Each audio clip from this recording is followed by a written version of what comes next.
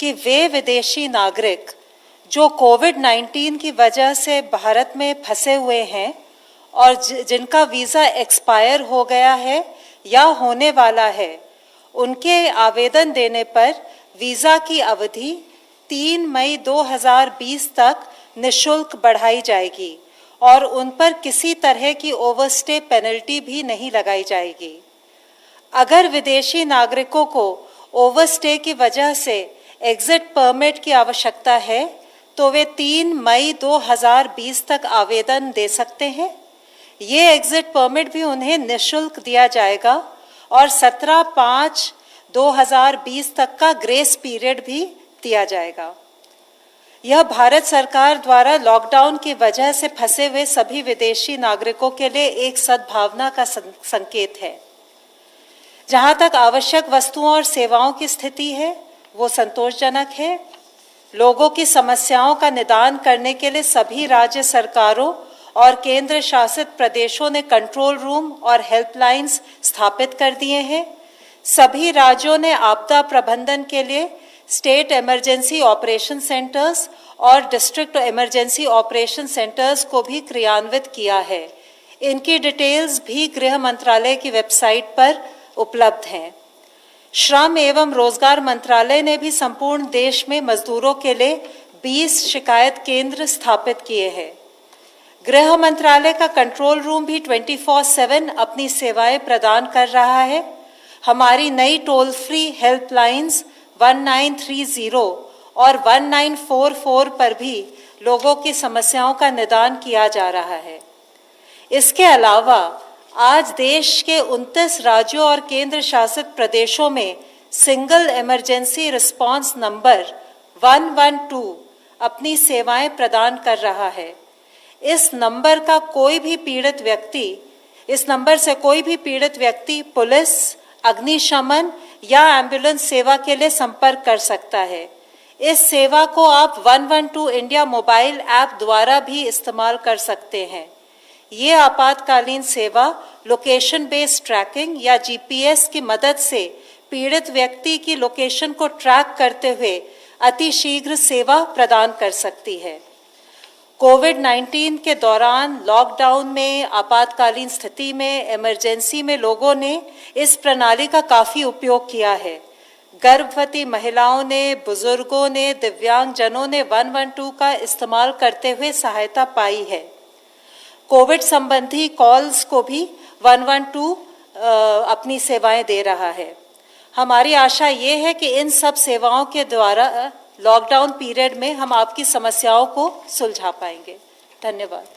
धन्यवाद। Health ministry. माननीय स्वास्थ्य मंत्री जी ने कल दिल्ली के लेफ्टिनेंट गवर्नर साहब, दिल्ली के स्वास्थ्य मंत्री और दिल्ली में स्थित सभी हॉस्पिटल्स के सुपरिटेंडेंट के साथ एक वीडियो कॉन्फ्रेंस के जरिए बातचीत की, जिसमें उन्होंने हॉस्पिटल से क्रिटिकल नॉन कोविड पेशेंट्स को इक्वल कंपैशन के साथ अटेंड करने के बारे में बताया। उन्होंने कहा कि हॉस्पिटल्स को वॉलंटरी ब्लड डोनर्स को बढ़ावा देते हुए ट्रांसफ्यूजन के लिए सफिशिएंट ब्लड स्टॉक बनाए रखना चाहिए। इसी तरीके से इंडियन रेड क्रॉस सोसाइटी की मदद से किए जाने वाले मोबाइल ब्लड कलेक्शन सर्विसेज का भी उपयोग करना चाहिए।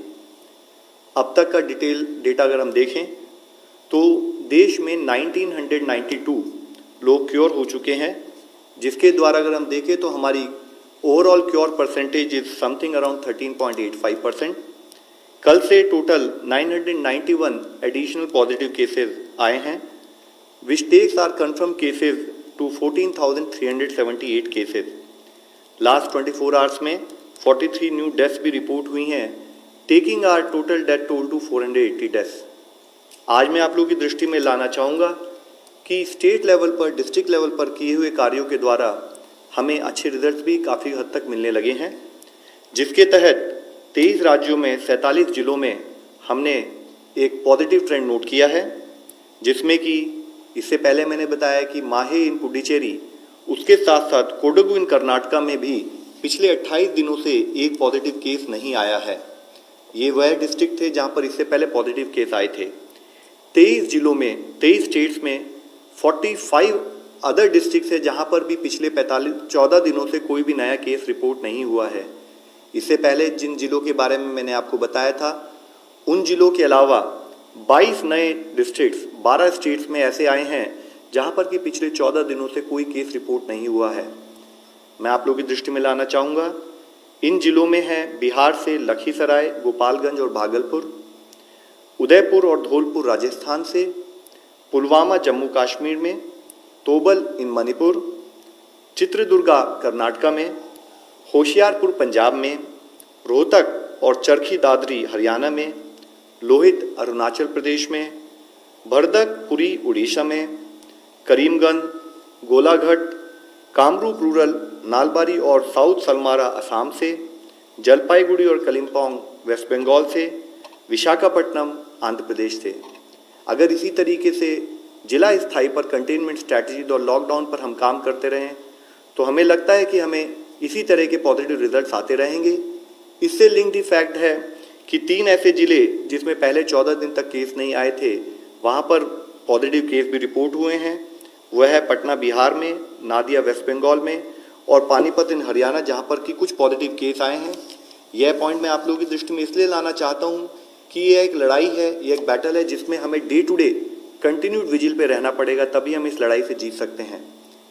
डेथ का जो डिटेल्स आई थी, अगर हम उसको एनालाइज करें तो हमने देखा है कि हमारे देश में मॉर्टेलिटी करीब 3.3% पाई गई है, जिसमें अगर एज वाइज एनालिसिस करें तो पाते हैं कि 0 to 45 ईयर्स एज ग्रुप में 14.4% ऑफ पीपल वहाँ पर डेथ नोट की गई है, 45 to 60% में 10.3%, 60 to 75 में 33.1% और 75 ईयर्स एंड अबव में 42.2%।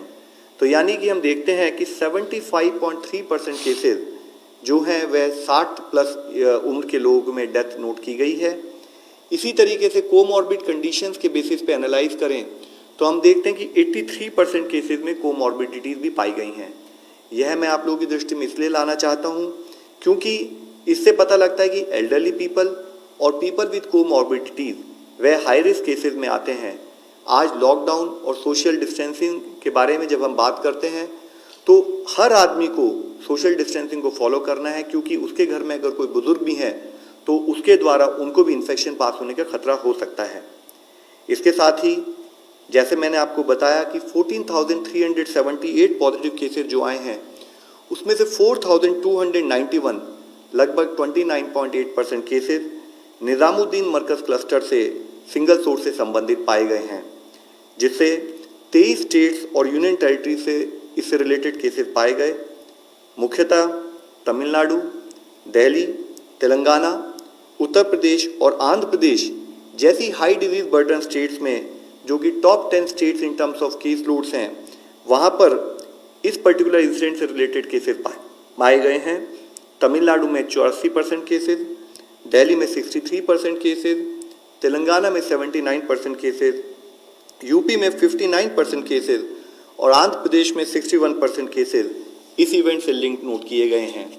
इसके साथ ही मैं आप लोगों की दृष्टि में लाना चाहूँगा कि कुछ कम केसेस रिपोर्ट होने वाले राज्यों में भी इस इवेंट से रिलेटेड केसेस ने कंट्रीब्यूट किया, जैसे कि अरुणाचल प्रदेश में जो एक मामला आया है वह इस इवेंट से रिलेटेड है। असम में 35 केसेस में से 32 केसेस यानी कि 91% केसेस, अंडमान निकोबार में 12 में से 10 केसेस यानी कि 83% केसेस का सेम लिंक पाया गया। इस इवेंट को मैं आप लोगों की दृष्टि में इसलिए लाना चाहता हूं कि सरकार की सलाह के अनुसार लॉकडाउन और सोशल डिस्टेंसिंग अगर कोई एक भी व्यक्ति पालन नहीं करता है, उसके पालन ना करने से देश के लिए कॉन्सिक्वेंसेस होते हैं। हमें सबको मिलकर यह इंश्योर करना है, हमें सबको मिलकर यह प्रयत्न करना है कि हम सोशल डिस्टेंसिंग से संबंधित दिशा निर्देशों का पालन करें, डिजीज मैनेज करने के लिए लॉकडाउन से संबंधित डूज एंड डोंट्स को फॉलो करें। इसके साथ ही टेस्टिंग मेथोडोलॉजी के केयरफुल रिव्यू करने के बाद आईसीएमआर ने नेशनल टेस्ट टास्क फोर्स की एडवाइस के तहत एक नया दिशा निर्देश जारी किया है, जिसको मैं आप लोगों की दृष्टि में लाना चाहूँगा। इसके द्वारा उन्होंने बताया है कि मुख्यतः जैसे आप लोग इस प्रेजेंटेशन के थ्रू देख सकते हैं कि real time PCR test is actually the gold standard frontline test for कोविड-19। ये पॉइंट इसलिए बताना जरूरी समझता हूँ कि हम सबको डिफरेंस पता होना चाहिए कि real time PCR test versus antibody test के क्या क्या रोल और क्या क्या लिमिटेशंस हैं। तो इसमें मैं बताना चाहूँगा कि रियल टाइम पीसीआर टेस्ट को ही हम कंफर्मेशन टेस्ट के रूप में मानते हैं। जो रैपिड एंटीबॉडी टेस्ट है वह इस टेस्ट को रिप्लेस नहीं करता, और रैपिड एंटीबॉडी टेस्ट का प्राइमरी पर्पस है कि वो prevalence of disease in a particular area के बारे में दर्शाता है। और इसकी यूटिलिटी, जैसे कि इससे पहले भी अवगत किया गया है कि एंटीबॉडीज बनने में करीब मिनिमम 7 दिन लग सकते हैं बॉडी में, तो इसकी यूटिलिटी अगर कोई आदमी इन्फेक्टेड है तो 7 दिन के बाद ही उसके सिम्टम्स आ सकते हैं, तो उसके बाद ही इसकी कोई हमें क्लैरिटी या कोई आउटपुट मिलता है। साथ ही रैपिड डायग्नोस्टिक टेस्ट का पर्पस कंफर्मेटरी टेस्ट के रूप में ना होते हुए एपिडेमियोलॉजिकल स्टडीज और सर्वेलेंस पर्पसेस के लिए किया जाता है। इस रैपिड एंटीबॉडी टेस्ट को भी जब किया जाए तो प्रॉपर मेडिकल सुपरविजन के तहत किया जाए, और साथ ही हमने ये बताया कि इस रैपिड एंटीबॉडी टेस्ट को हॉटस्पॉट में यूज़ करना है। इन केस किसी डिस्ट्रिक्ट, किसी स्टेट में अगर कोई एरिया हॉटस्पॉट के रूप में डिक्लेयर भी नहीं हुआ है, तो हम लोगों ने एडवाइस दी है कि वहाँ पर भी रैपिड डायग्नोस्टिक टेस्ट या तो हॉटस्पॉट का जो इमर्ज हो रहा है उसके एनालिसिस के लिए यूज़ किया जाए, या as a surveillance tool use किया जाए एपिडेमियोलॉजिकल पर्पसेस के लिए, ताकि आइडेंटिफाई किया जाए उन एरिया में जहाँ केसेस नहीं आए हैं। इसके साथ ही एक बहुत मुख्य इशू यह है कि रैपिड डायग्नोस्टिक टेस्ट वो सर्विलेंस पर्पस से और एपिडेमियोलॉजिकल पर्पस से जो डेटा हमारे सामने प्रस्तुत करता है, उसके तहत अगर हमारे को कोई पॉजिटिव केस मिले तो उससे रिलेटेड हमें कॉन्टैक्ट ट्रेसिंग और फॉलोअप के लिए ज़रूरी है कि वह टेस्ट की डिटेल भी ऑनलाइन पद्धति से स्टेट लेवल पर, डिस्ट्रिक्ट लेवल पर और साथ ही नेशनल लेवल पर पहुँचे, जिसके तहत हमने आदेश ये दिए हैं कि जो भी रैपिड डायग्नोस्टिक टेस्ट करें वह भी covid19cc.nic.in/ICMR इस पोर्टल पर अपने आप को रजिस्टर करके उसके बाद ही इन टेस्ट का इस्तेमाल करें, ताकि इसके द्वारा मिली हुई इंफॉर्मेशन को हम इस्तेमाल कर सकें। साथ ही देश की टेस्टिंग स्ट्रैटेजी में आप लोगों की दृष्टि में लाना चाहूँगा। इसमें जो बताया गया है कि चाहे वो पीसीआर टेस्ट हो, चाहे वो point of care rapid diagnostic test हो, इनको किस किस लोगों के ऊपर करना है। इसमें मुख्यतः सिम्टोमेटिक इंडिविजुअल्स जिनकी कोई ट्रैवल हिस्ट्री हो, एसिम्टोमेटिक कॉन्टैक्ट्स जो कोई लैब कंफर्म केस के सिम्टोमेटिक कॉन्टैक्ट्स हो उनका टेस्ट होना चाहिए। इसी तरह कोई हेल्थ केयर वर्कर जो सिम्टोमेटिक हो उसका टेस्ट होना चाहिए। साथ ही कोई सीवियर एक्यूट रेस्पिरेटरी इलनेस से अगर कोई पेशेंट हो जो किसी फैसिलिटी में जाता है, उसको अगर कोई फीवर, कफ या शॉर्टनेस ऑफ ब्रेथ हो उसकी टेस्टिंग होनी चाहिए। और एसिम्टोमेटिक यानी कि जिसके कोई सिम्टम नहीं है उसका तब टेस्ट करना चाहिए जबकि या तो वो किसी हाई रिस्क कन्फर्म केस का डायरेक्ट कांटेक्ट हो, और उसकी भी टेस्टिंग तब करनी चाहिए 5वें दिन और 14वें दिन जब वो कांटेक्ट में आया हो, ताकि उसके बेसिस पे हम क्लैरिटी ले सकें कि अगर कोई कंफर्मेटरी टेस्ट है नहीं है। इसके साथ ही अगर एक एल्गोरिथम के रूप में हम देखें कि एडिशनल अगर कोई हॉटस्पॉट एरिया में हम कोई टेस्टिंग करते हैं तो हमारा प्रयत्न ये होगा कि हॉटस्पॉट एरिया में भी जो किसी की अगर फीवर, कोल्ड और कफ के सिम्टम्स हों, तो अगर 7 दिन से पहले अगर उस आदमी को ऐसे सिम्टम हो तो हम RT-PCR टेस्ट के द्वारा उसको आइडेंटिफाई करें। अगर पॉजिटिव है तो उसे कंफर्म केस मानकर एक्शन प्लान के तहत कार्य करें, नेगेटिव है तो भी उसे ससेप्टेबल मान के हम उसको मॉनिटर करें। इसी के साथ ही अगर कोई केस जिसको ये सिम्टम है फीवर, कफ और कोल्ड के, तो अगर उसको 7 दिन से ज़्यादा हो चुके हैं इन सिम्टम्स के साथ, तब हम उस केस में रैपिड एंटीबॉडी टेस्ट का इस्तेमाल कर सकते हैं। और अगर वो पॉजिटिव आए तो उसको क्वारंटाइन रखें और साथ में उससे रिलेटेड कॉन्टैक्ट ट्रेसिंग का कार्य शुरू करें।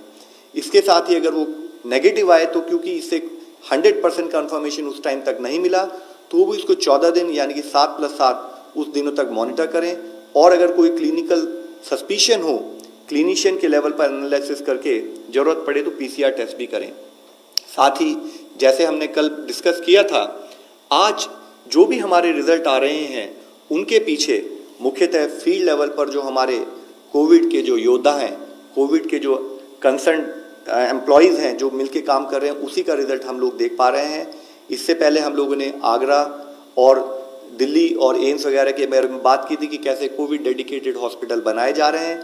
आज मैं आप लोगों की दृष्टि में लाना चाहूँगा कि कैसे केरला का एक जिला कासरगोड में इस तरीके से कंटिन्यूड एफर्ट करते हुए जो हमारी क्लस्टर कंटेनमेंट स्ट्रैटेजीज़ हैं उनको इस्तेमाल करते हुए कैसे अच्छे रिजल्ट हमें दिखाई दे रहे हैं। उसके तहत अगर आप देखें तो इस जिले में 168 टोटल पॉजिटिव केसेस आए, जिसमें से 113 केस 113 केस ऑलरेडी क्योर हो चुके हैं। और सबसे पॉजिटिव बात है, क्लिनिकल मैनेजमेंट पर फोकस करते हुए जिले में एक भी डेथ रिपोर्ट नहीं हुई है। आज 55 एक्टिव केसेस है जिनको भी प्रॉपरली क्लिनिकली मॉनिटर किया जा रहा है। साथ ही अगर आप देखें इन टर्म्स ऑफ इसके क्या चैलेंजेस थे जिले के, तो वहां पर अब्रॉड पॉपुलेशन अराउंड 15.38% थी। थर्ड केस जो इंडिया में रिपोर्ट हुआ उसकी चाइना से ट्रैवल हिस्ट्री थी, उसको जिले में कंटेन किया गया, मॉनिटर किया गया। सेकेंड वेव जब 16 मार्च से वेस्ट एशिया से जो इस जिले के रहने वाले लोग लौटे तो उसकी वजह से सडन स्पर्ट इन केसेस वहां पर नोट किया गया। काफ़ी चैलेंजेस थे। चैलेंजेस के रूप में देखें तो एक बॉर्डर डिस्ट्रिक्ट था, स्टेट कैपिटल से दूर था, जोग्राफिकली डिस्टेंट था मेजर टाउन से। साथ में इतने सारे लोग एन मास जब लौटे विदेशों से जो एक्सपैट्रिएट, तो वो किसी एयरपोर्ट पर आए, किसी एयरपोर्ट से डिफरेंट मेथोडोलॉजी से ट्रैवल करके रेल से रोड से वो जिले में पहुंचे, तो उससे संबंधित कॉन्टैक्ट ट्रेसिंग उन सब केसेस में एक बहुत बड़ा चैलेंज भी था। इसके साथ ही अगर हम देखें कि क्या स्ट्रैटेजिक अप्रोच जिले ने ली, तो सबसे पहले स्टेट गवर्नमेंट की तरफ से एक सीनियर ऑफिसर को वहाँ पर स्पेशल ऑफिसर के रूप में अपॉइंट किया गया ताकि वो जिला एडमिनिस्ट्रेशन के साथ जिले के जितने भी विभिन्न अंग हैं उनको कोऑर्डिनेट करके उनके साथ काम कर सके। उन्होंने लैब के ऊपर फोकस किया, उन्होंने हॉस्पिटल बनाने पर फोकस किया, और उसके रूप में देखें तो जैसे कि हमारा क्लस्टर कंटेनमेंट स्ट्रैटेजी है, तो उन्होंने उससे संबंधित इंसिडेंट कमांडर्स बनाए, होम क्वारंटाइन किया उन लोगों को जिनकी ट्रैवल हिस्ट्री थी। साथ ही एक सोशल डिस्टेंसिंग के ऊपर एक आईसी कैंपेन जिले में लॉन्च की गई जिसको ब्रेक द चेन नाम दिया गया। सारे जितने भी हमारे क्लस्टर के रेड कलर में जो हमने कंटेनमेंट जोन बनाई उनको आइडेंटिफाई किया गया। ड्रोन का इस्तेमाल किया गया टेक्नोलॉजी के रूप में, 7 ड्रोन को एम्प्लॉय करके सर्वेलेंस के लिए यूज़ किया गया। और जितने भी होम क्वारंटाइन के केसेस थे उनको जियो स्पेशल मेथोडोलॉजी की तरह से ट्रैक कर दिया गया ताकि लोग होम क्वारंटाइन को फॉलो कर रहे हैं नहीं कर रहे हैं। इन सब चीज़ों को करते हुए इसेंशियल कमोडिटीज़ की किसी भी तरह से कमी ना हो उसके ऊपर भी जिला लेवल पर फोकस किया गया। इसके साथ ही अगर आप देखें तो जितने हमारे पॉजिटिव केसेस आए उससे संबंधित 17,373 जो प्राइमरी और सेकेंडरी कॉन्टैक्ट थे उनको ट्रेस किया गया, उनको क्वारंटाइन किया गया। डेली सैंपल्स पर फोकस किया गया, टेस्टिंग लैब स्टार्ट की गई, कोविड केयर सेंटर बनाए गए जिसमें 709 बेड थे, और साथ ही जितने भी प्राइमरी सेकेंडरी और हाई रिस्क कॉन्टैक्ट थे उनको आइसोलेशन सेंटर्स में ले जाकर उनको प्रॉपर्ली मॉनिटर किया गया। एक हॉस्पिटल को 200 बेड के हॉस्पिटल को वहाँ पर हमने ऑपरेशनलाइज किया 4 दिन के अंदर, और एक आईसीयू फैसिलिटी भी बनाई। और साथ में हाउस होल्ड सर्वे के लिए जो हमारे फ्रंट लाइन हेल्थ वर्कर्स हैं, आशाज हैं और हेल्थ इंस्पेक्टर्स हैं, उनके द्वारा हाउस टू हाउस सर्वे किया गया। एक केयर फॉर कासरगोड इनिशिएटिव के नाम पर सोशल वेलफेयर रिलेटेड एक्टिविटीज़ उसमें कोई दिक्कत ना हो उसके ऊपर भी कार्य किया गया। फ्री फूड किट्स प्रोवाइड की गई पुअर और माइग्रेंट वर्कर्स को। ब्लैक मार्केटिंग, होर्डिंग और प्राइस राइज को मॉनिटर किया गया। साथ में शेल्टर होम और कम्युनिटी किचन्स के द्वारा वहाँ पर इंश्योर किया गया जो पुअर और डेस्टिट्यूट हैं उनको किसी तरह की परेशानी का सामना ना करना पड़े। इसके साथ ही हेल्थ चेकअप किया गया जितने भी माइग्रेंट और डेस्टिट्यूट से ऑल्टरनेट डे, ताकि उनकी हेल्थ को भी मॉनिटर किया जा सके। जो मेजर एफर्ट रहा वह यह रहा कि जो भी प्राइमरी सेकेंडरी कॉन्टैक्ट्स हैं या हाई रिस्क केसेस हैं जैसे कि 60 साल एंड अबव, उनको स्ट्रेट अवे क्वारंटाइन करके आइसोलेशन सेंटर्स में ले जाया गया ताकि उनको इफेक्टिव मॉनिटर किया जा सके। 100% हाउस होल्ड सर्वे किए गए ताकि समटन मॉनिटर किए जा सकें। इसेंशियल कमोडिटीज़ एक बहुत मेजर इंटरवेंशन रहा, और साथ में इफेक्टिव अवेयरनेस कैंपेन जो भी कार्य किया गया वह कम्युनिटी को मिलाकर, कम्युनिटी को जोड़कर किया गया। और मैं आप लोगों को आखिर में यही बताना चाहूँगा कि we really got to know, we got very positive results कि जब लोग ट्रीटमेंट के बाद, क्योर होने के बाद वो अपने घर लौटे। मैं आप लोगों से अंत में यही रिक्वेस्ट करना चाहूँगा, ये एक हमारी कंटिन्यूड बैटल है, इसमें हम सब लोगों को मिलकर काम करना है, सब लोगों को सपोर्ट करना है। यह समस्त सरकार, संपूर्ण समाज, सब लोगों को मिलकर करने वाला एक उद्यम है जिसमें हमें कोई भी आदमी, किसी का भी ऐसा ना हो कि हमें सपोर्ट ना मिले, हमें सबका सपोर्ट मिले और हम इस बैटल में जीत के इस देश की तरफ से एक सक्सेसफुल एग्जाम्पल दुनिया के सामने रखें। धन्यवाद। धन्यवाद। ICMR के लिए क्वेश्चन है, online question. What is the demonstration study that ICMR is doing for HCQ? Is it a randomized controlled trial? If not, what is the design? ये जो हाइड्रोक्सीक्लोरोक्विन की स्टडी है ये ऑब्जर्वेशनल यानी कोहर्ट है, ये कोई ट्रायल तो कर नहीं रहे हैं, क्योंकि ट्रायल करने के लिए जो बेस चाहिए वो उतना एविडेंस बेस हम ले नहीं पा रहे हैं। इसमें तकरीबन 480 पेशेंट्स एनरोल होंगे। ये 8 हफ्ता चलेगी। ऐसे अंदाज है कि वो शायद उसको 2 महीने का 2.5 महीने का टाइम तो लगेगा ही। और एक हमको समझना चाहिए, ये लॉकडाउन का पीरियड है, वो काम करना भी उतना ही हमारे लिए कठिन जा सकता है। ये करते वक्त हमने ये समझ के दूसरी एक स्टडी लॉन्च की कि जिसमें जो लोग, जब पता चला हाइड्रोक्सीक्लोरोक्विन का एक स्टडी होने वाला है, तो कुछ लोगों ने, हेल्थ केयर वर्कर्स ने हाइड्रोक्सीक्लोरोक्विन लेना शुरू कर दिया। तो उनमें साइड इफ़ेक्ट्स क्या हैं, उसका भी पता करने के लिए एक स्टडी लॉन्च की गई। वो जो स्टडी है, इसमें ये पता चलता है कि एवरेज एज वो लोगों का 35 साल था, और ये 35 साल की उम्र वाले जो लोग हैं, इनमें सबसे ज़्यादा कोई लक्षण दिखाई दिया तो वो था एब्डोमिनल पेन।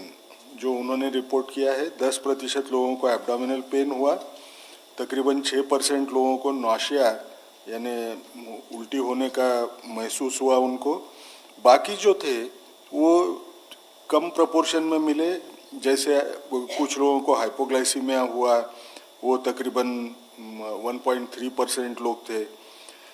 इसमें एक चीज़ उभर के आ रही है कि ये जो हेल्थ केयर वर्कर्स थे, उनमें से तकरीबन 22% जो वर्कर्स थे, उनको या तो डायबिटीज़ था, ब्लड प्रेशर था, या कोई कोरोनरी वैस्कुलर डिसीज़ वाली कोई बीमारी थी, या रेस्पिरेटरी इलनेसेस थे। शायद उसके डर से वो लोगों ने शुरू किया होगा।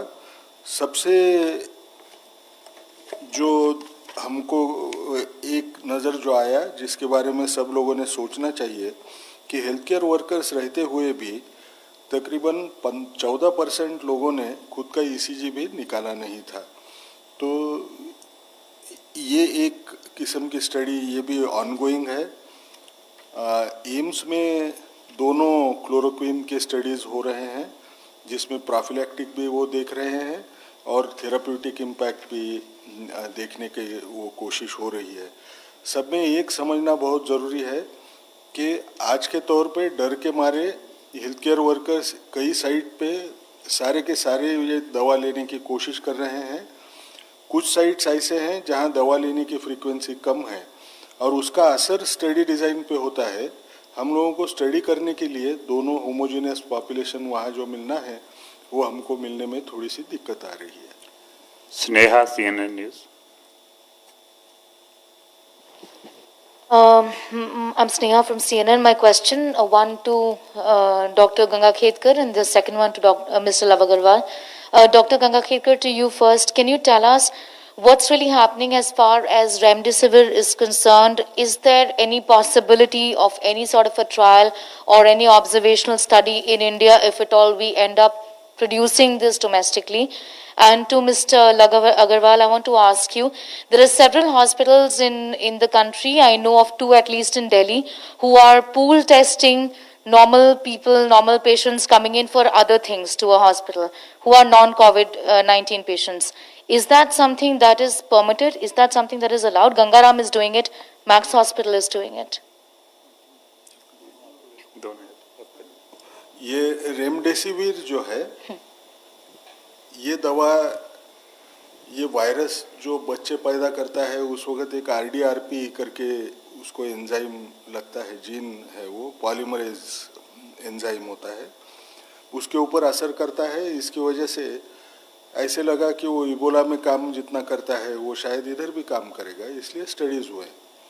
जो स्टडीज़ अभी पब्लिश्ड हैं वो ट्रायल के नहीं हैं। उन्होंने जो कंपैशनेट यूज़ पे लोगों को दिया, उसका पूरा डेटा इकट्ठा करके उन्होंने उनका ये निर्णय उनको दिखा कि 68% लोगों में ऑक्सीजन डिमांड ये कम हो जाती है। लेकिन गिलियड साइंस जो वो कंपनी है जो रेमडेसिविर तैयार करती है, उसने 5,500 पेशेंट के ऊपर एक ट्रायल शुरू की है, जिसमें वो दवा 5 दिन वर्सेस 10 दिन ऐसे डोज का कंपैरिजन हो रहा है। उनका कहना है कि ये दवा शायद काम करती है, लेकिन इसका अभी भी इंटरिम एनालिसिस जो होता है आधी ट्रायल होने के बाद में, उसका भी वो इंटरिम एनालिसिस का डेटा अभी बाहर नहीं है। लेकिन कंपनी वाले बोलते हैं कि शायद इससे फ़ायदा होगा, ऐसे दिखाई देता है, और वो 5 दिन की दवा ही अच्छी दिखेगी ऐसे समझता है।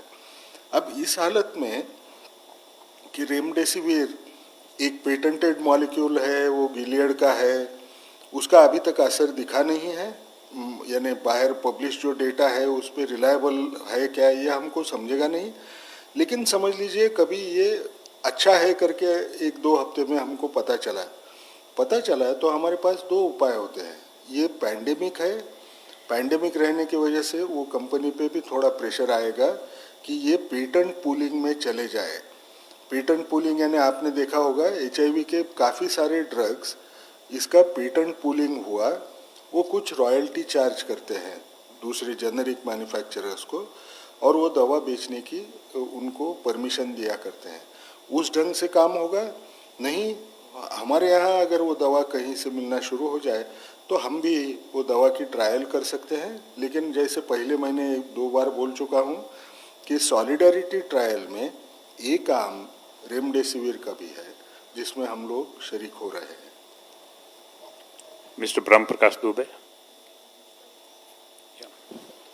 सर, जी न्यूज़ से ब्रह्म प्रकाश दुबे हूँ। मेरा सवाल लव अग्रवाल जी से है। पहला ये सर कि मैं इसमें क्लियरिटी चाहता हूँ कि जो पीपी किट्स बनाई जा रही हैं देश में, कई लोग अगर घर पे बनाते हैं कमर्शियली तौर पे, तो क्या इसके लिए क्या पैमाना होता है, क्या अनुमति लेनी होती है, और क्या इस तरह की किट, जैसे सपोज कोई पॉलीथिन की पीपी किट बना रहा है तो या कवरऑल बना रहा है, तो क्या ये सेफ है? इस पर क्या सर क्लियरिटी है? और क्या 20 तारीख से ग्रीन जोन वाले जिले नॉर्मल स्थिति में आ जाएंगे? सर, पीपी किट्स के बारे में जो कि क्लिनिकल सेटअप में यूज़ की जाती हैं उसके क्लियरली डिफाइंड पैरामीटर्स हैं, उसके प्रॉपर टेस्टिंग पैरामीटर्स होते हैं। उसमें जो मुख्य इशू होता है कि ब्लड या ब्लड का कोई यूनिट उसमें स्पिल ना करे, उसके थ्रू पास ना हो। इसी तरीके से उसकी स्टिचिंग इस तरीके से हो कि उसके स्टिचिंग वाले एरिया से भी कोई चीज़ अंदर ना जा सके। आई थिंक जिस टाइप की पीपीज़ की आप बात कर रहे हैं वो लोकल पार्लेंस में लोग, क्योंकि पीपी जो हम मेडिकल क्लिनिकल यूज़ के लिए करते हैं उसके लिए ये पैरामीटर्स फॉलो होने के बाद ही वो हॉस्पिटल सेटअप में यूज़ करना चाहिए। लेकिन अगर आप देखें कि जैसे कोई सैनिटेशन वर्कर हैं या कोई और डिफरेंट लेवल पर जो वर्कर हैं, उसमें भी in local parlance word PP use होता है, लेकिन वो ये पीपी नहीं है। तो जिस पीपी की हम बात कर रहे हैं वो क्लिनिकल सेटिंग वाले पीपीज हैं। सर, एक होम मिनिस्ट्री को मेरा सवाल है कि गृह मंत्रालय ने सारे राज्यों को रोहिंग्याज को लेकर पत्र लिखा है जो तबलीगी जमात में शामिल हुए थे और गायब हो गए हैं। उनको लेकर क्या स्थिति है? कितने लगभग राज्यों में रोहिंग्याज ऐसे हैं जो गायब हुए हैं? उनकी संख्या क्या है? और एक थोड़ा सा क्लेरिफिकेशन, जो आप 20 तारीख से प्लम्बर और कई लोगों को अनुमति दे रहे हैं आप लोग काम करने की, तो उनको क्या उनसे जुड़े जो सामान लेने वाली दुकानें हैं वो भी क्या खुली रहेंगी? प्लम्बर या मैकेनिक जो छोटे छोटे वर्कर हैं। दुबे जी, 2 चीज़ें मैं क्लियर कर दूं यहाँ पे। रोहिंग्या के इशू के साथ जो भी मीडिया रिपोर्ट्स आ रही हैं, आई थिंक जानकारी अगर देनी होगी तो गृह मंत्रालय की तरफ से स्पष्टीकरण आ जाएगा। और जहाँ तक 20 तारीख की बात है, कल ये क्वेश्चन और भी आया है ऑनलाइन पे, हम इसको कल 19 तारीख है, इसको क्लियर कर देंगे। Last question, Neelu Ranjan please. Sir, ये टोटल नंबर जो तबलीगी जमात के जो संक्रमित व्यक्ति हैं उनका बता दीजिए। और दूसरा सवाल ये है गृह मंत्रालय से कि आखिर उनको ढूंढने में पुलिस विफल क्यों हो रही है, और खासतौर पे दिल्ली की पुलिस जो गृह मंत्रालय के अधीन है वो साद को अभी तक नहीं ढूंढ पाई। उनको क्वारंटाइन करना कितना जरूरी है सब जानते हैं, आप डेली बोलते हैं क्वारंटाइन होना चाहिए, और तबलीगों को ढूंढने में पुलिस बिल्कुल विफल हो रही है। सर, मैंने इससे पहले आपको नंबर बताया था, 4291 cases link with the event are noted. पहले भी आपको मुद्दे पे जानकारी दे दी गई है कि कितने लोगों को क्वारंटाइन किया गया है, चाहे वे स्थानीय कोविड अफेक्टेड लोग थे या उनके संपर्क में आए लोग थे। करीब 40,000 ऐसे लोगों को क्वारंटाइन कर दिया गया था। और जैसा धतवालिया जी ने बताया, बाकी डिटेल्स जो लॉकडाउन से संबंधित है वो आपके साथ कल डिटेल में शेयर करेंगे। Thank you friends, thank you very much.